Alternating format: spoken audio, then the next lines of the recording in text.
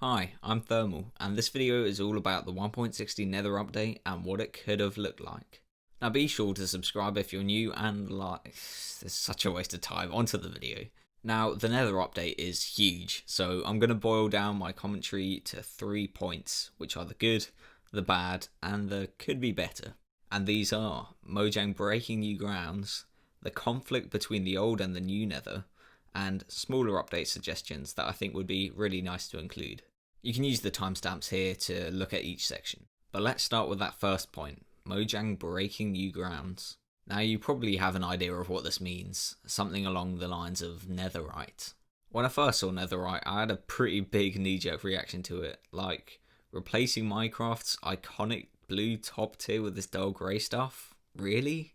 But once you think about all the additional game progression you get from it, like the cool mining techniques you can use to obtain it, I saw that maybe netherite was a cool thing after all, although I would actually prefer it if it made use of the nether caves instead of having to be strip mined to obtain. And it's the fact that Mojang is willing to sacrifice diamonds as the top tier, like diamonds, a key part of Minecraft's brand identity, to improve game progression and experience for players. That makes me really excited for this update and future updates to the game. But about the colour, I'm not really a fan. As netherite's an upgrade to diamond, maybe there should still be elements of the diamond texture in the tools and armour. Or as this artist has done, even include the gold that is used in making the armour. And on the colour of the netherite itself, well, I don't see how combining gold and brown netherite scrap should produce a bland grey ingot. Like, surely you'd expect some kind of bronze colour from it, which would look way cooler in my humble opinion. But oh well, iron has a pretty messed up colour system for its blocks and items too, and well, maybe netherite won't keep its top spot for long, what with a hypothesised enderite I've seen mentioned once or twice. But another big way the 1.16 update has broken new grounds is with the biomes that have been added. They look stunning, and they feel so otherworldly. It's a weird experience returning to the overworld after being in the nether for a long time. And the atmosphere created in each biome is so unique. The Soul Sand Valley is airy and sinister, the Crimson Forest feels very dense, the Warp Forest is a kind of twisted version of the Crimson Forest, and finally the Basalt Delta is a very harsh environment with difficult to navigate terrain.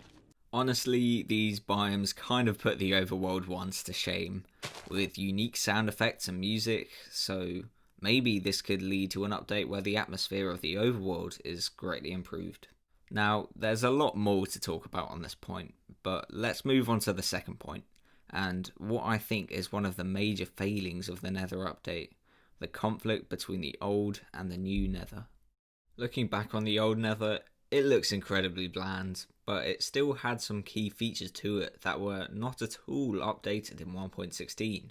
It seems that instead of updating the old Nether features and building on top of them, Mojang just completely went off on a tangent and rebuilt the Nether without paying attention to merging their vision with features that already existed.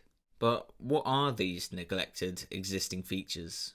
Well, what I want to draw most attention to is the Wither, the boss mob of the Nether. This is one of the only 2 boss mobs in the game. There are smaller bosses you can fight, but only the Ender Dragon and the Wither have that purple health bar.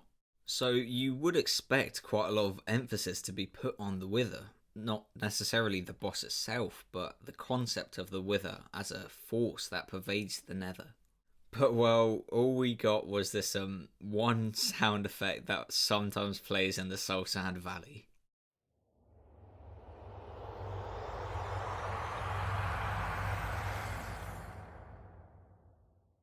So what could have been done to put more emphasis back on the Wither? Well, firstly, Nether fortresses would need a facelift. You can really see the jarring disconnect between the old and new Nether with the 2 large-scale structures. Whilst the new Bastion remnants are incredibly detailed and use numerous different blocks, the Nether fortresses retain that simple alpha-beta Minecraft look. I am pretty confused as to why Mojang didn't modernise Nether fortresses, just as with the 1.14 villages.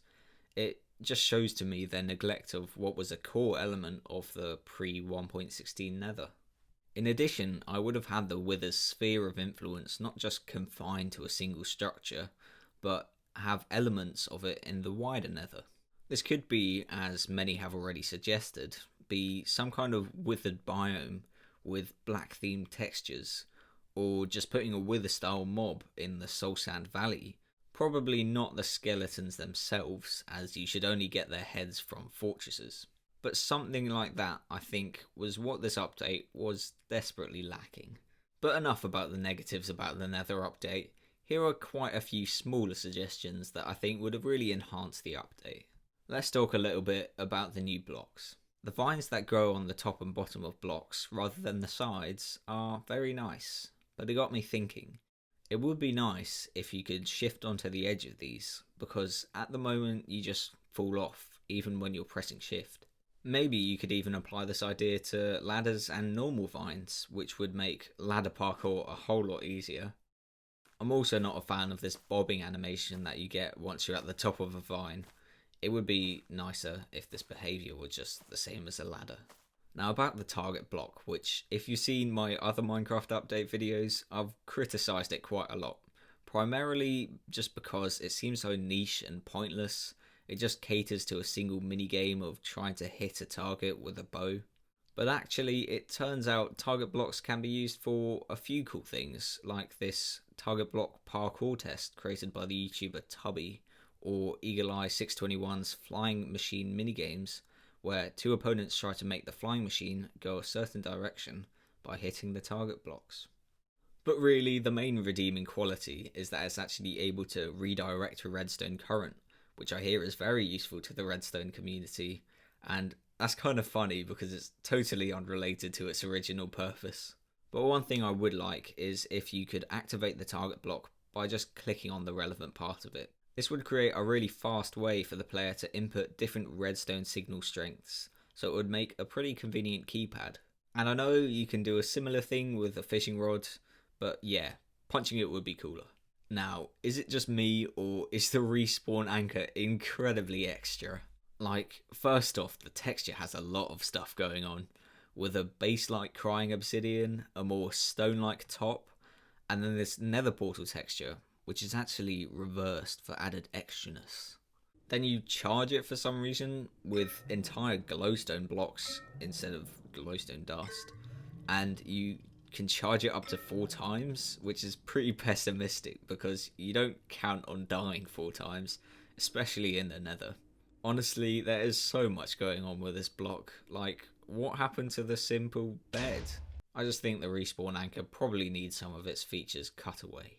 Now about the new plank colours. Although I know Mojang seems to be opposed to adding coloured wood, and these new wood colours seem to confirm that dyeing wood won't be a thing, I think because the new wood colours are so dark and mottled, I think there is still space for more brightly coloured wood, and I think it should still be implemented. And about the new trees, I think it's pretty frustrating that in the Nether Wart leaves don't decay, so you're just left with this ugly hanging canopy that's difficult to get rid of. There's also the new piglin banner pattern, which looks very strange and very minimalist and doesn't at all fit in with the grimy feel of the Nether. Now about the mobs, after playing the Nether update for quite a bit, I gotta say I really like the piglin behaviour. Also the hoglins are indeed pretty terrifying. I have to say though, they make the Crimson Forest a pretty chaotic place. Even if you're wearing gold armour, you'll still be constantly pummeled by the hoglins. So I think a solution is to use the mechanic of hoglins being afraid of warped fungus and have it so that when you hold it in your offhand, you're still able to ward off hoglins. Then there's the Strider. I think it's a good idea not to just have lava boats, but I gotta say, they're so incredibly ugly. I had a pretty big initial knee-jerk reaction to them, but now I've kind of warmed to them. I like the new perspective they give to the Nether, because usually when you're exploring the Nether, you're clambering around the top, way above the lava lakes, whereas with the Strider you can explore from a different point of view. However, I think they should be given a little more use by making some lava lakes much bigger and so require you to cross them with a Strider. Maybe even fortresses could exclusively spawn in these lava lakes, or at least have a higher spawn chance, giving the Strider even more use. Now just a quick suggestion here that I mentioned in my 1.13 review video. I think non-full blocks should be able to be lava logged, just like with water. And to wrap up this long review video, I'd like to talk about and expand on the idea of the new multicoloured nether fog. Now I know the nether fog has become a key component of the nether's atmosphere, but it's often very annoying having this low visibility, and you can't extend it by increasing your render distance. So I want to introduce the idea of nether weather, where environments are able to change, so under good conditions you can see way further. And honestly, something has to be said for the beauty of the nether without fog, which can be achieved using Optifine, and looks amazing, even in the pre 1.16 nether. So now that we've got this idea of weather, let's extend it further. What about brief lava rainstorms that force you to seek cover? These might form by strong winds whipping up the surface of lava lakes, so would form on the shores or within the lava lakes, so you don't want to go out into the open sea without fire res. Or maybe in the basalt delta, an eruption hugely reduces your visibility, making it even harder to navigate the terrain. Or maybe even some kind of rare soul related weather in the Soul Sand Valley allows you to collect a soul in a bottle, kind of like Dragon's Breath that you can use for potion brewing. I probably should have put this bit earlier in the video because I think there are so many possibilities for weather in the nether and it's a really cool idea. But that does bring us to the end of this video. As ever, leave a comment about what you thought about anything in this video or the nether update in general and I'll be sure to respond to it. But that is all for today. I've been Thermal. Bye.